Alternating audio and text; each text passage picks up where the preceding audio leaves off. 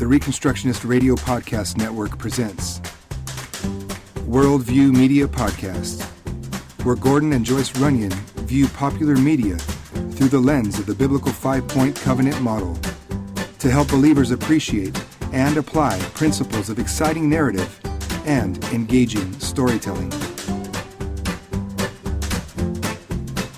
Hello, coming to you live in front of a studio audience. It's the Worldview Media Podcast. We don't have a laugh track, though.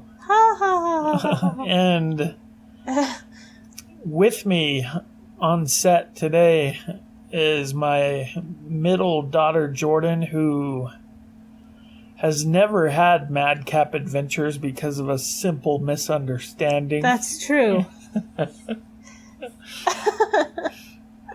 How was your day today, Jordan? My day was pretty good, kind of slow. Like all of them? Only during the summer. All right. So we're here today. Momma Joyce is traveling for work. All right. So what are we talking about? We are talking about comedies. Yeah. TV series that are comedies. Sitcoms. Sitcoms. The situation comedy.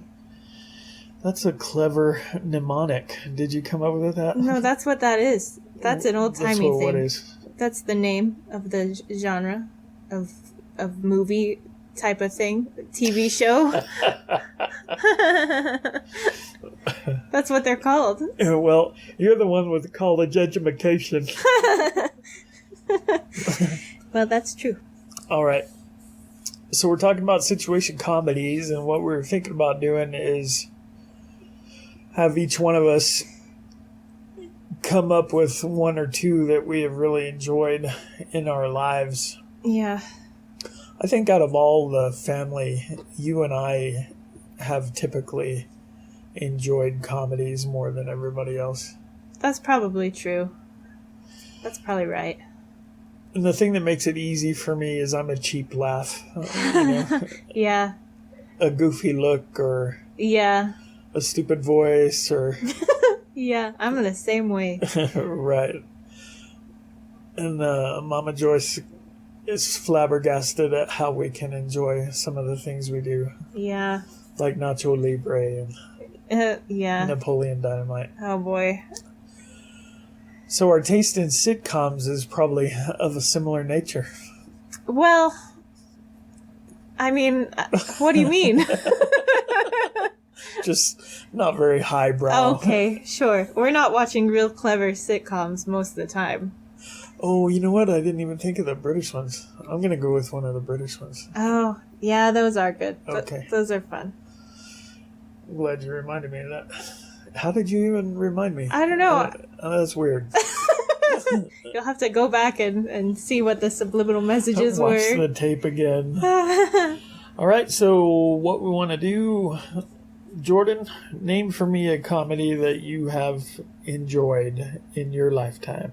Okay, well, a sitcom, not like a movie. Yeah. Well, I was thinking about that old show, Third Rock from the Sun, with John Lithgow and, all those others and stuff. And Newman from Seinfeld. Who makes an appearance for quite a few episodes towards the middle and end and stuff. Joseph Gordon-Levitt, that kid. Oh, yeah. That's where he got his big break. Yeah. Okay. So, for our listeners who are too highbrow to watch such things, explain the premise of Third Rock from the Sun. So it's probably like the mid-90s, right? And yeah, I guess so. And this like band of aliens comes and lands on Earth disguised as a human family to try and study what it means to be a human and stuff. They're figuring out Earthlings and all this stuff, but they have to keep it a secret from everybody around them in this little small town in Wisconsin. I think it's Wisconsin. Ohio. Okay. They're in Ohio.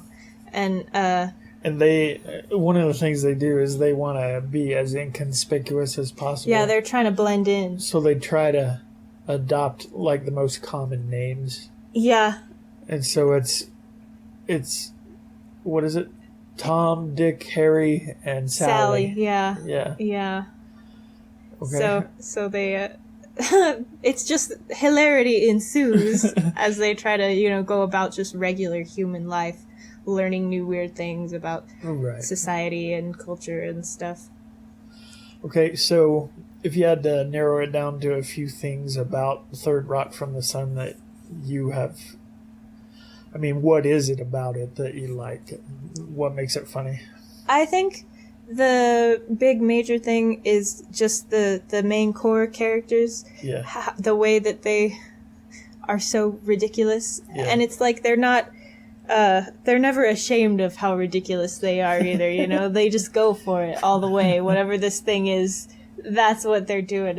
And right. There's like, with no inhibitions or anything, and they just... Because they don't know any better. Because they don't know. They're just going for it. And there's always sort of this sense of like that whole dramatic irony thing where you as the audience member know and understand more than the character does and stuff.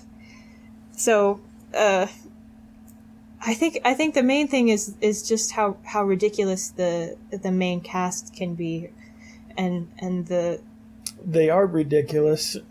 And as I'm thinking about it, correct me if I'm wrong, but I think that the trope is that because they're ridiculous and they're alien, they're able to stumble through a lot of ridiculous human idioms and we have dumb ways of doing things as a society. Yeah, and, weird stuff that we accept a certain amount of like white lies. And in fact, our culture will be very upset if you don't lie at the appropriate time. And so these aliens come along and they don't know any of that. Yeah. And so I almost feel like part of the genius of the show then is, since they're aliens, they can use them to really point out just stupid things that we have come to accept as just normal. Yeah. Yeah, I agree with that. I think that's true. I also think it's funny, they'll end a lot of episodes with all of them out there on the roof sort of talking about what they've learned. What's the moral of the story? And it's this really obvious pointing to that old sort of cliche thing. You see, Timmy. Yeah. Where they're all out there and they're trying to reflect on what's just happened to them and how did we grow and stuff. And like half the time they've come up with some ridiculous conclusion. They take a hard left turn. Right? Yeah. Where the scene is set and here's the point in the sitcom where they're supposed to say, what did we learn? And here's a nice little moral lesson we can take from here. But they never get it. Yeah. They always take the exact wrong lesson or something from left field. Yeah. And they really feel like they're learning something. Yeah, like they're really doing a good job and stuff. Right. Yeah. They're always proud of themselves for having come through this. And a lot of the characters get by on the comedy involved in things kind of being in the wrong place. I mean, like the boy, Tommy, he's actually the oldest of the aliens. Yeah, so he's all acting all more mature than everybody else. So to keep up the ruse, he has to figure out how to act younger. Yeah. And Sally, the girl, is the rough, tough security officer. Yeah. And so she has to really man it up a lot of the time, Yeah. And frankly, she's scary to all the men and stuff like that. Because she, on the inside, is this male alien guy. She's a bad dude. Yeah. Trapped in a supermodel body or something. Yeah. Right. Okay, cool. So you'd give that one an A. Oh yeah. Lots of fun. That's really funny. I laugh out loud at almost every episode, at least a couple of times. Right, the writing is good. It is funny. And I think another bit of it that I have found really fun. Well, those core four, it's not just their characters, but there's some really good comic acting going on there. Some real physical John comedy. Lithgow is, and the voices. John Lithgow is a genius. He's underrated, I think. Oh, I think that's so true. And I kind of am sad, like, in recent years, the more I see him, he's doing, like, these dramatic roles. And I feel like he's just wasted on drama. He is so funny in that. Just, well, a lot of it is physical, like you said. Yeah. His expression. Yeah, crazy face, or... Oh, man. And they have all these, like, recurring joke type of things where you sort of know that, oh, this is what this person's going to say in this situation. And they say it and you still laugh. Right. Even though you were expecting them to say that thing. Right. Well, you ready to move on, or is there another one you wanted to point out? I could move on. Okay. Well, we don't have long before our first break. I wanted to mention one that you can still find on Netflix, and if you have a PBS channel, a lot of times they play it. It's called Keeping Up Appearances. Oh, yeah. A British comedy. And I can't even tell you why it works. It's ridiculous. It's so dumb. You wouldn't think... Right. On paper, it shouldn't work. Right. If you tried to take Keeping Up Appearances and pitch it to a network executive and explain why it's going to be funny, no way. You'd get shot down. Yeah. And the premise is that there's a elder, well, she's not quite elderly, just at retirement age. Yeah. Hyacinth. Yeah. Hyacinth, and she married a guy whose last name is Bucket. Yeah. And she hates that, and so she demands that everybody pronounce it bouquet. and that's just a joke it's like you were talking about, only they go over the edge. So there's only like 10 jokes in the entire series. Yeah. And every episode is just about setting up those jokes in a different way. Yeah. And every time they happen, they're funny. It's true. It's almost like you start laughing seeing the joke coming. Yeah. Yeah. You know it's going to happen, and here it is, and oh, good, we can all laugh now. Yeah, that's true. Oh, man. It's crazy. Yeah, and so the premise is that here's Hyacinth, and she's very pretentious, and she's very middle class, but she aspires to be thought of by everybody as upper class, upper high crust, society, right? Yeah, and hence the name of the show. It's all about keeping up appearances, right? Only her appearances are completely false and fictional, but she's deadly serious about them. Oh yeah, and so that's where a lot of the comedy comes from there, and just what a domineering person she is. Yeah. Everybody runs away scared when they hear she's coming and stuff. Right.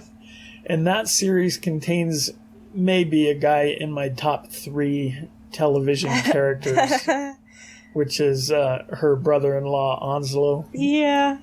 I had his picture as my Facebook profile for a little while. Yeah, I remember that. But people actually thought that was me. And I guess maybe that's vanity on my part. I was like, no, I'm ugly, but I ain't that ugly. Oh, man. So I had to change it, but it was pretty funny. That is funny. So it's a highly recommended one for me. And British humor is generally kind of dry and... Yeah. And... It's not so flashy as American kind humor. of understated at times. They expect you to be smart enough to get the joke a lot of the time. Yeah. And I appreciate that. There are places where you can... I think modern comedies tend to hit a joke and hit it again and just make sure somebody explains it so you know why it's funny. Yeah. That irritates me. Yeah, that's annoying. Okay, so... I think if there was a moral that's being preached in Keeping Up Appearances, I think it just is that you have to find a way to be content with who and what you are. Yeah. And if you don't like that, then honestly go about changing it. Doesn't do any good to throw up these facades and stuff. Yeah. Because the the hand-painted china, it's just something you own. It's not... Right. Yeah. And then the biblical model then is, if you find yourself desiring to rise, the remedy for that is you need to become a servant. Those who serve lead, and in a biblical economy, which is the one that's actually in process in the world, that's who it is. Those who are best at serving, those are the ones that God grants authority. But it's a funny series. Yeah, as it is. continues to point out the futility of the world's way of climbing the ladder. Mm-hmm. Oh, and the other thing I like about it, this is one of the recurring jokes, Hyacinth has a son who's apparently Sheridan. pretty questionable. Uh-huh. And it was before the time when it was so PC as it is now. I think it was done in the 70s. Oh, yeah, probably so. And so they got a lot of mileage on. There was a show that used to talk about one of their characters was the ambiguously gay duo, and this show makes a lot of mileage out of her son, who is maybe more than ambiguously gay. Yeah. But she doesn't know it. Yeah. She never gets it, and her husband, overhearing the phone conversations, he's rolling his eyes. And right. He knows. Yeah. No, he's just a very sensitive boy. Right. Backpacking with his best friend across Europe. All right, we've both got 2 more to talk about, and we'll do that right after our break.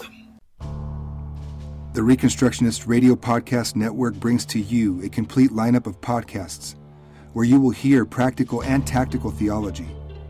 Our desire is not simply that you consume our shows, but that you also live out your faith in every area of life.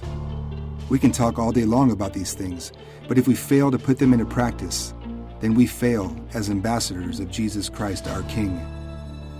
Subscribe now to your favorite Reconstructionist Radio Podcast Network shows, or you can subscribe to the Reconstructionist Radio Master Feed, where all of the content we produce, including the audiobooks and audio articles, will pop up as soon as they are available.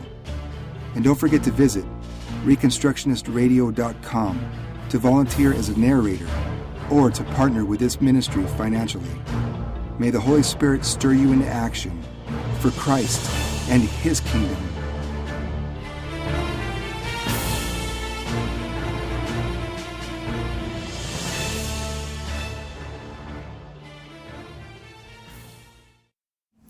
And thank you for that word from our sponsor, Post Toasties. Wait, did we play the right... Oh, did we hit the wrong button? I don't know. Oh, it's a comedic calamity. Darn. All right, so Worldview Media Podcast. Not all that funny, really. Kind of a bore. We recommend listening with a glass of wine. Okay, you got another sitcom series to highlight? Actually. And I probably wouldn't have been the first one to come to mind, except that I recently finished watching it on Netflix all the way through. Oh, wow. But I was thinking about That 70s Show. That 70s Show. Yeah. All right, what's the premise of That 70s Show? Well, it's the 70s in this little podunk kind of town. This one is in Wisconsin.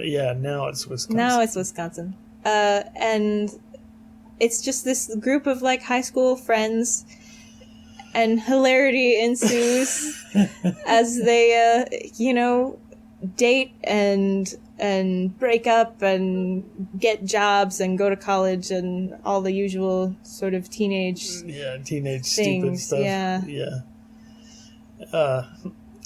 So they are a group of colorful characters. Yeah. Really. Now the main guy probably passes most of the time as the straight man. Yeah, I think most of the time. I mean, he's a goof and he does dumb things too. Yeah.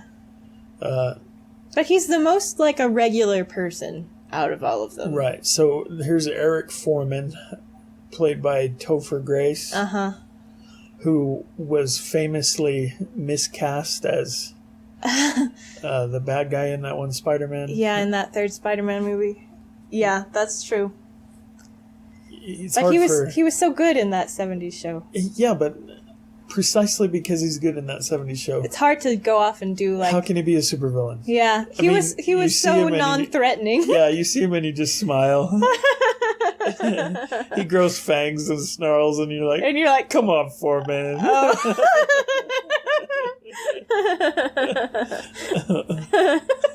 That's true. He was a little pigeonholed.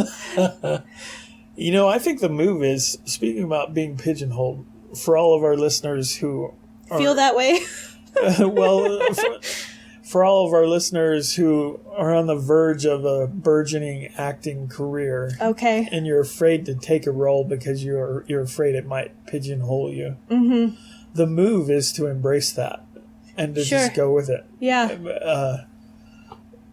And if you can't do that, I don't know that you're going to have much fun. That's right. Well, and if it's got to be for a reason. Like you have to you've got to be good at this thing. Sure. That's what I'm saying. If you create a character that winds up enduring and everybody loves it or hates it because you did it so well. Yeah. Don't fight that.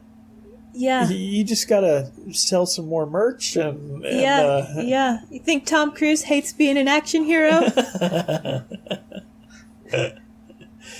Well, I'm thinking about like William Shatner. Sure. Who apparently after he was done with Star Trek, he kind of fumbled around for a while trying to get other roles and stuff and be taken seriously. Yeah. As like a cop with a girdle and stuff. And, that's hard for anyone. Right.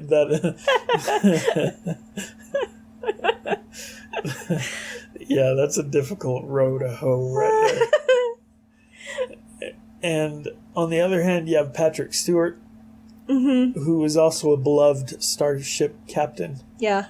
But he never acted like that upset him. And the roles that he took subsequent to being on Star Trek, you never got the feeling he was trying to break out. Right. And when he had opportunities to play more goofy characters. Yeah.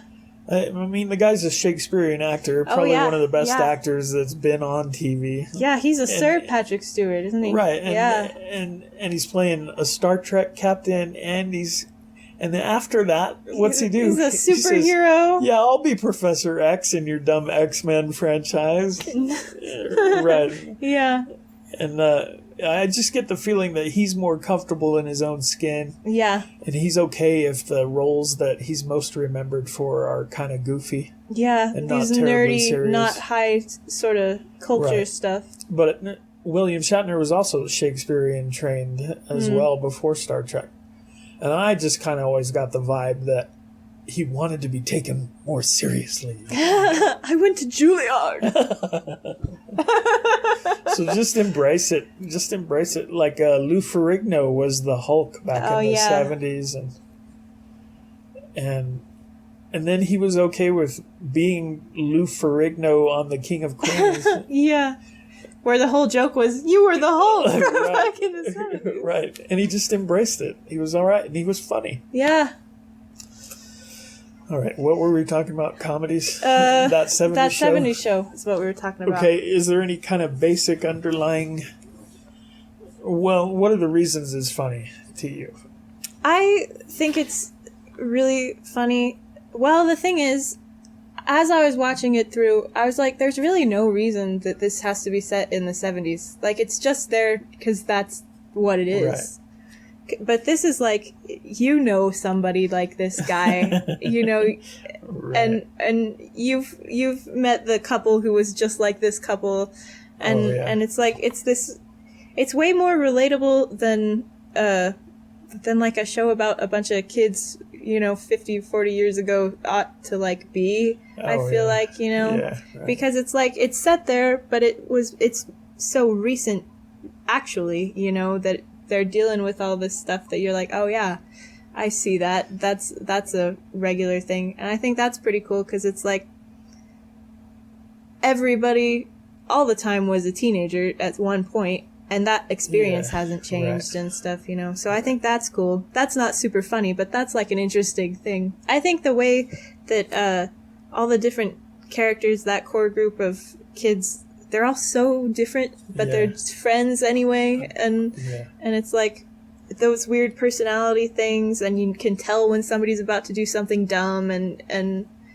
Fez is hilarious. Yeah, right. I love Fez, and oh man, it's got a lot of good stuff going for it, I think. Yeah, I think the writing was good. I think that's a good observation, that though they build themselves as that 70s show, the 70s are really kind of an incidental backdrop. Yeah, I think that's right. So is there maybe you've already kind of hinted at it, is there kind of a thematic thing going on? Is it just like angst-driven teenagers trying to figure out who they are? I think it's a lot of that sort of thing, that kind of coming-of-age thing where it's like we meet them and they're getting close to finishing high school, which means you're getting close to having to make decisions about stuff, and what are you going to base your choices on? Like, am I going to go to college, or should I stay here because my boyfriend is here, or like, should I marry this guy just because like he's here, or do I wait and try to go, you know? So I think that whole sort of self-discovery and the growing up process is a big deal. Is probably the biggest sort of thing. Is that why it's funny, you think, just because it's relatable, and that most normal, sane human beings don't go through teenage years with a great deal of confidence and stuff? That's probably part of it. It does make it easy to like be there with the characters, because you're like, oh man, this is like this situation. Of course, it's ridiculous and stuff, but it's like you see how that. You're like, oh man, what would you do? Like, that's a crazy thing. Like, I'm not sorry that you're the one dealing with it, pal. I think it is super relatable, and that probably does help the comedy, just because like you can see where they're coming from and stuff. There is an underlying thing that almost forms an arc. There are a couple of stories in that series that progress. It's not just episodic. Yeah. And one of the ones that I think is really kind of profound, the way they're able to do it at times, is the relationship between Eric and Red. Oh, yeah. His dad. Yeah, for sure. So this is really a horrible father-son relationship most of the time. Yeah. But they do have some really poignant moments, and some of that is really relatable and human. And you start to see that they really sort of understand each other. Yeah. You know, even though they're not going to say that or anything, and I think, you know, maybe Red tells him that he loves him the one time before he like goes off to Africa or something. Right. But it's like those moments are so much more important because of how ridiculous they are most of the time with each other. Right. And I think that's done pretty well most of the time. I mean, it is a comedy, and so it's ridiculous. But. Yeah, it's amped up. Him always talking about putting his foot places. Yeah, that's true. Creative ways. Every time it comes up, man, it's something new.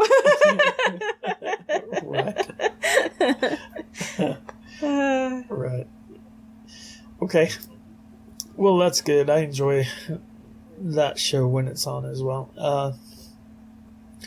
The other series that I thought is the one that was my favorite when I was a kid.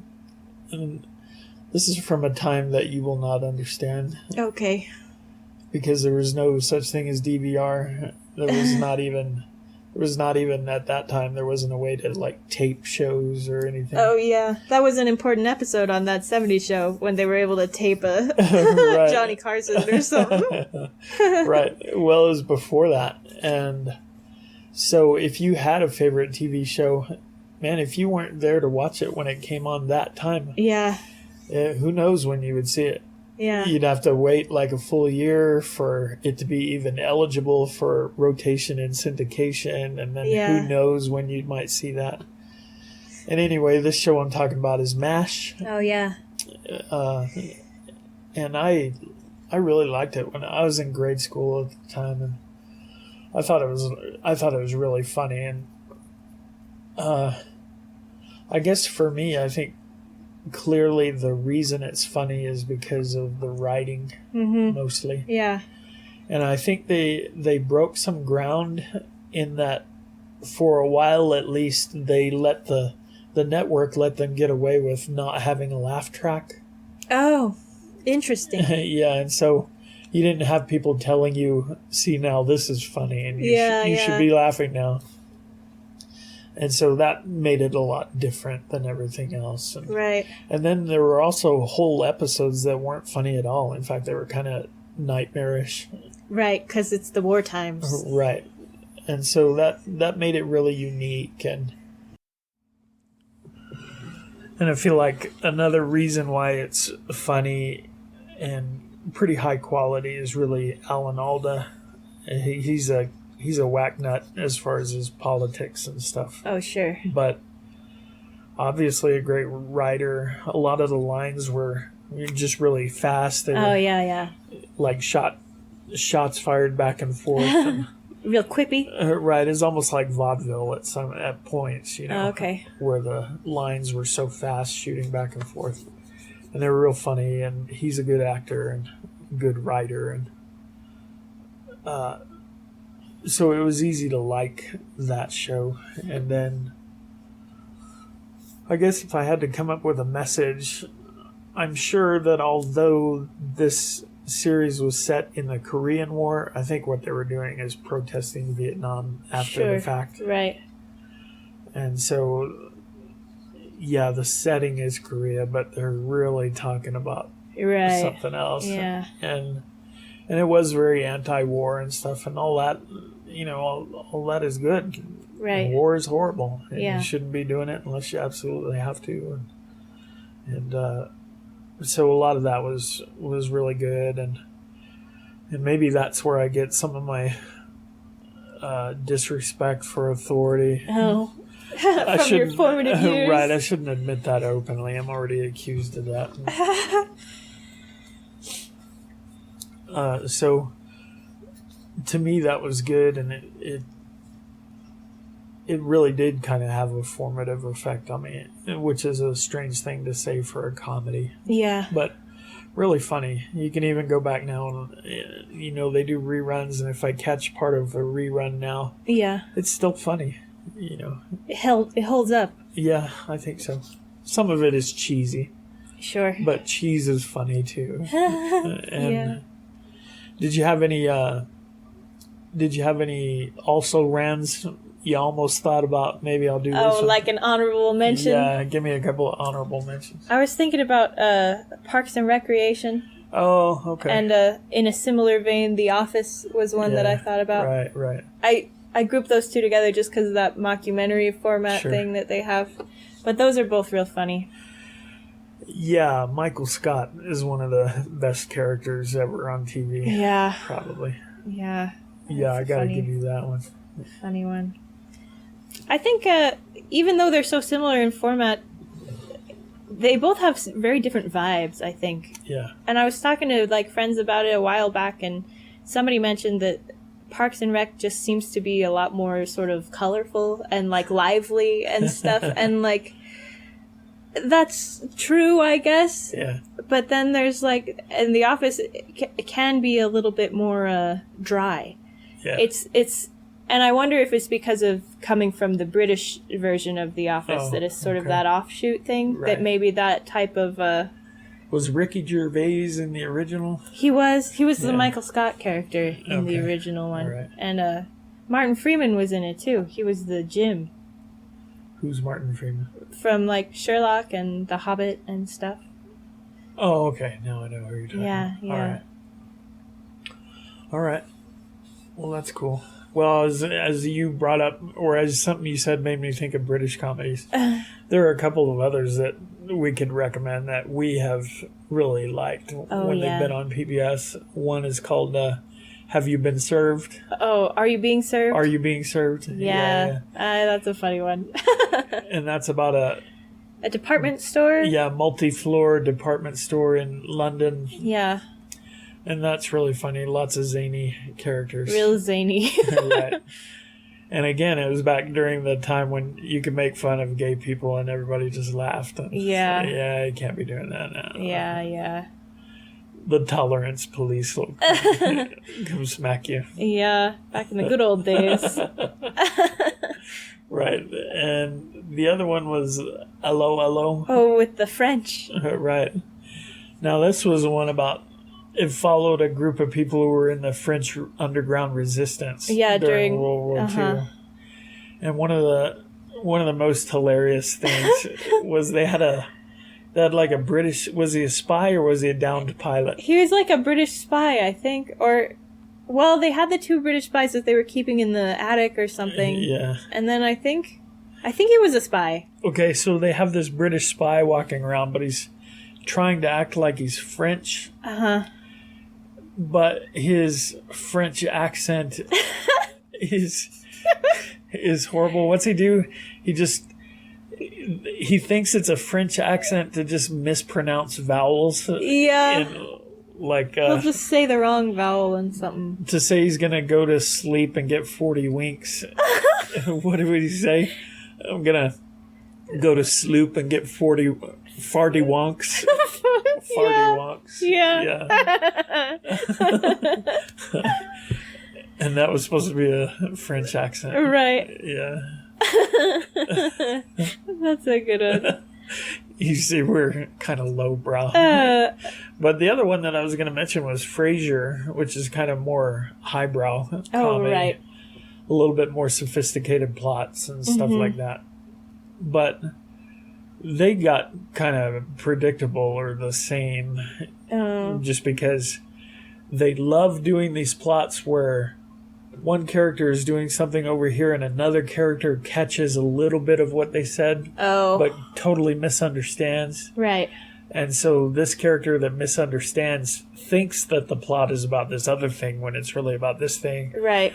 And then, so you're running these 2 plots in parallel, and the more it runs, the more the misunderstanding character is driven deeper and deeper into this hole of misunderstanding. Right. And it's clever. I mean, that's the classic sitcom type of thing, the misunderstanding. Right. I think there's an actual term for that kind of plot, but I don't know what it is. Not having been to a physical college where they teach these things.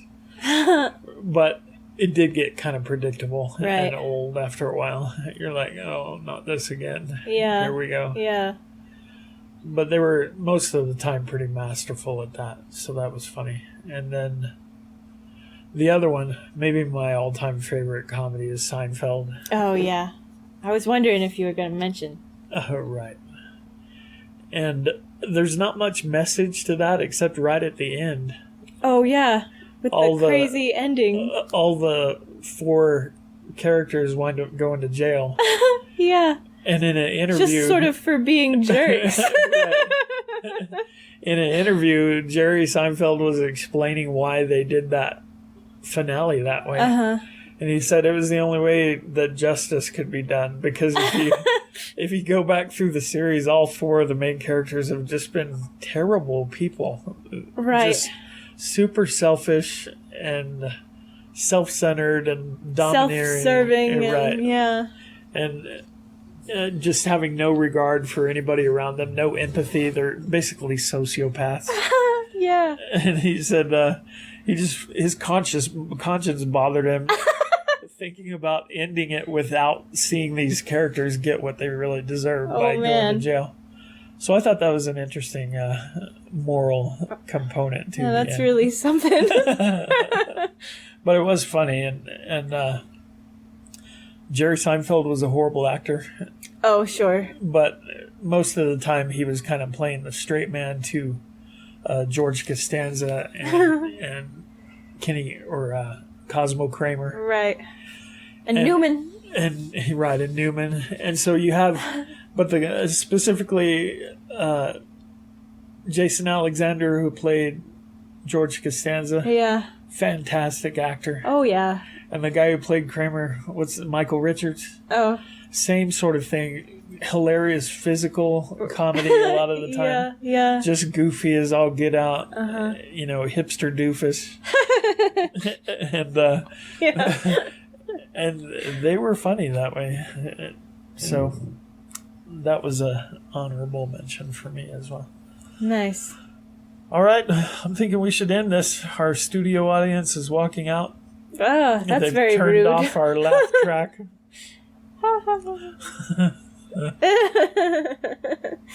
And so it's time for us to get out of here. The plot is resolved. Thanks for joining us on this edition of the Worldview Media Podcast, trying to help the creative people among you figure out how to deliver messages, how to actually advocate for a Christian worldview through even fiction, creating stories and telling stories in a way that communicates a biblical worldview. Hope this has been helpful. But if it's not, don't say anything. That would hurt our feelings. Right. We're very thin-skinned. See you next time. Bye. Bye. Thank you for listening to the Worldview Media Podcast. Please visit reconstructionistradio.com to check out the other podcasts in our network and to download our free audiobooks.